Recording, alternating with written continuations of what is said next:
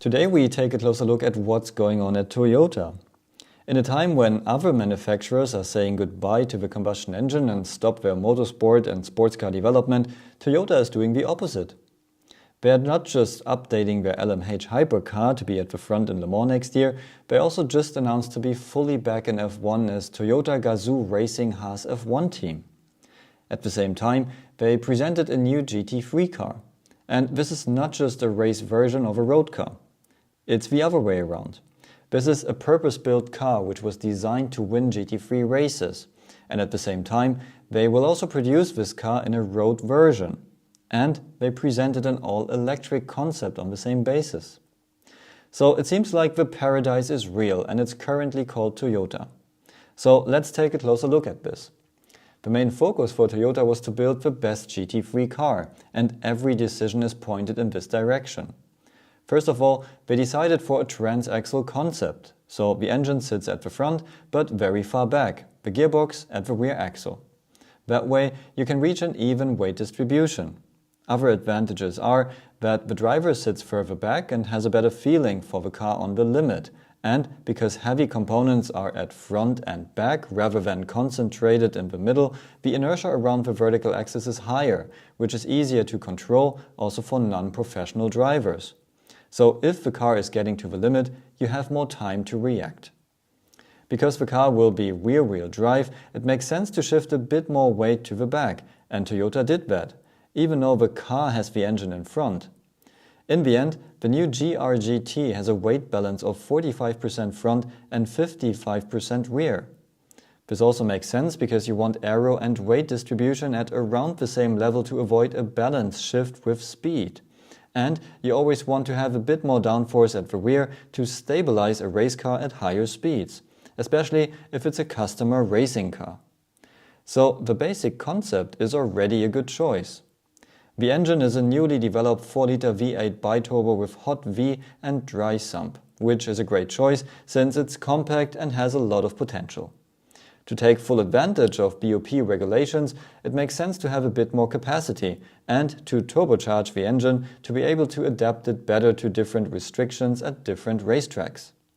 Here it develops 650 horsepower and 850 Newton meters, which is a great basis for a GT3 car.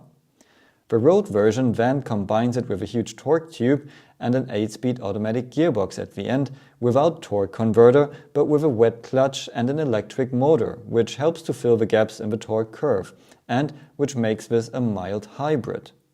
It's as much hybrid as was necessary to get this car well through the emission cycle, but it's as little hybrid as possible to keep this a basically old-school sports car. Since the automatic gearbox is a planetary design, it exits at the end, which makes another shaft necessary to transmit power to the forward-sitting limited-slip diff. So this gearbox actually looks very similar to the traditional Audi design. Although Toyota underlines how much priority a low center of gravity had for them, they positioned the battery high above the rear axle. Anyway, Toyota decided for an aluminium frame, which saves weight but is not as expensive as a full monocoque. Because the gap between front axle and door is very big, there is enough space to get air out of the wheel arch, and the frame is prepared for that. So that's great for a front diffuser. The main sill structure is also prepared for the side pipes of the GT3 car, which is a good choice and it's reducing weight and complexity. Additionally, it also causes less problems with rear diff temperatures and creates less problems with diffuser flow. In terms of suspension, Toyota decided for a forged aluminium fully adjustable double wishbone suspension all around, which is great news. Because of the far rearward engine position, the steering rack sits in front of it, which also allows the engine to sit a lot lower. Because the steering is in front of the front axle, the calipers for the ceramic brakes are behind. The suspension arms are bolted directly to the frame, which should give a direct feel, and Toyota uses brackets so you can easily change the kinematics.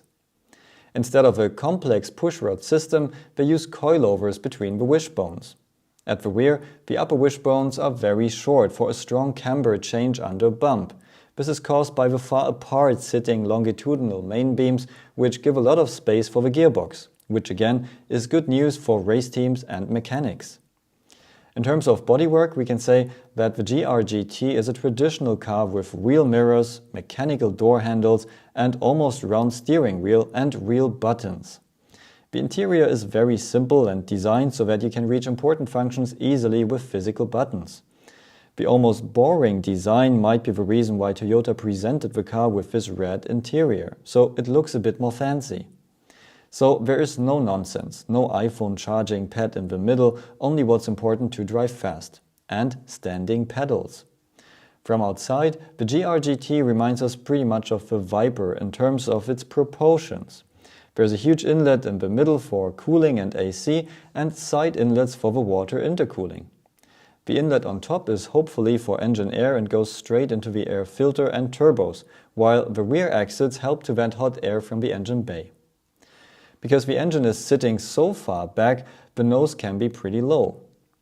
Behind the front wheels are huge outlets and we find a rear brake cooling duct behind it. At the rear we have large inlets for gearbox and hybrid cooling. Although the car looks great from front and side, the rear looks a bit like something went wrong. It seems like they wanted to reach something like a Viper rear end, but on the Toyota it sits a bit low and the proportions seem a bit off. We can see that on the road version the exhaust system prevents a decent diffuser and a spoiler on top avoids too much lift. The car doesn't have active aero. Also here, keeping it simple. The rear also vents hot air from the rear radiators at the back. If we now move to the GT3 car, we can see how it all makes sense. Instead of 3 large intakes, they use one large one in the stagnation point to collect maximum pressure. Water and intercooling are separated and vent to the top, which also helps with front downforce.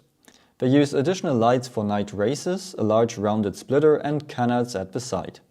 NACA ducts on the bonnet are either helping to cool the driver or collect engine air. Large aggressive louvres help to release air from the wheel arches. There are huge outlets again, and we see the short side pipes, which also don't disturb during tire changes. At the rear, we see a huge and high-mounted swan neck rear wing, a higher spoiler to support the wing, and a huge diffuser. Serviceability is a huge topic in GT3 development right now, and we can see that you can also remove the whole rear end of the Toyota in one piece, and at the front, parts in the large engine bay should be easy to reach. So, all in all, Toyota goes all in hypercars, in F1, and now also in GT3. And they bring an old-school supercar on the road, which we thought wouldn't be possible anymore. Instead of turning an existing road car into a GT3 car, Toyota designed a GT3 car first and turned it into a road car.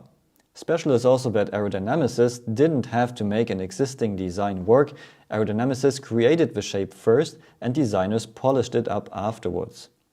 So as Akio Toyoda was saying, Toyota is now finally moving. They are creating projects engineers dream of. They concentrate on what's important for a driver's car and not more.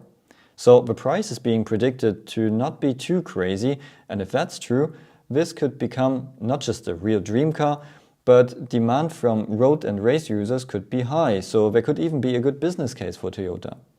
The GT3 car should debut in 2027, so the old Lexus GT3 will run for another year.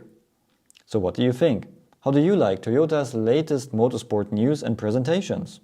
Let me know in the comments below and see you at the next video.